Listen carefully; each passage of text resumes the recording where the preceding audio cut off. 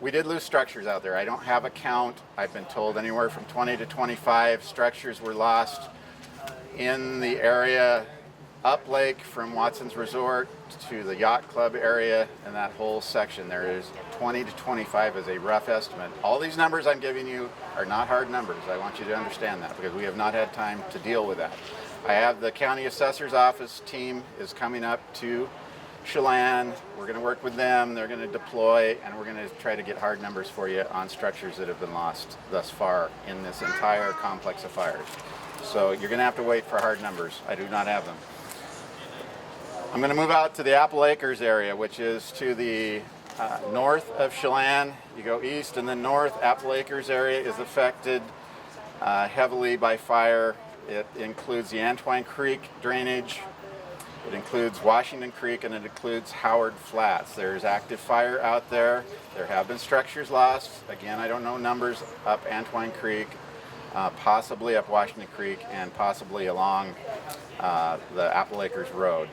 That is all level 3. Everything I just mentioned. The Apple Acres Road, all encompassing all those drainages I just mentioned, level 3.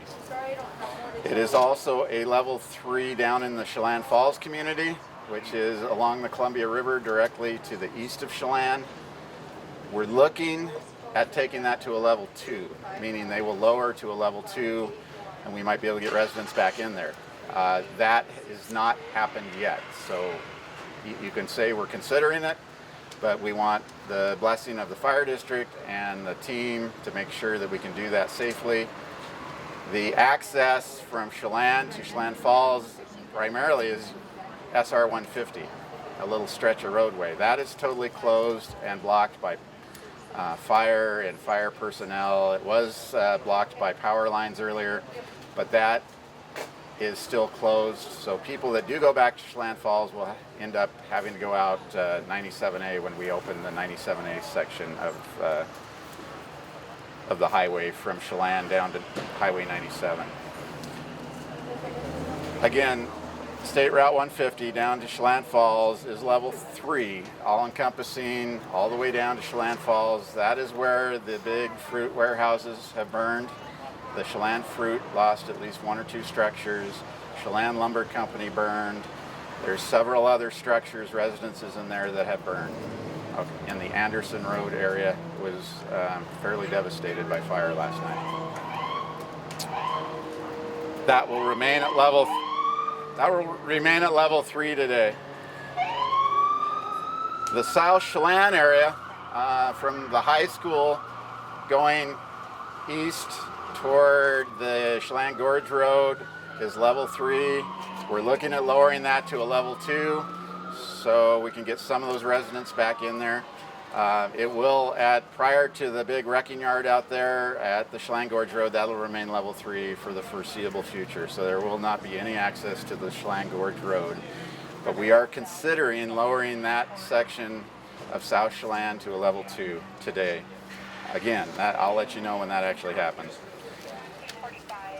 Highway 97A, which runs from the high school to the west and all the way up toward the tunnel, including the Hawks Meadow development. Everything on the south side of Highway 97A is currently a level 3.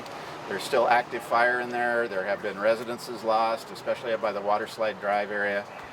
That's going to remain a level 3 throughout the day. I don't see that being lowered at any point. Union Valley, as you can see currently, is under a level 3 evacuation notice. That happened last night, that we evacuated all of Union Valley to include Kale Gulch and probably 20 little tangent roads up in that area have been gone to level 3, and they will remain at level 3 because there is fire now at the top of the ridge and it will drop down into Kale Gulch.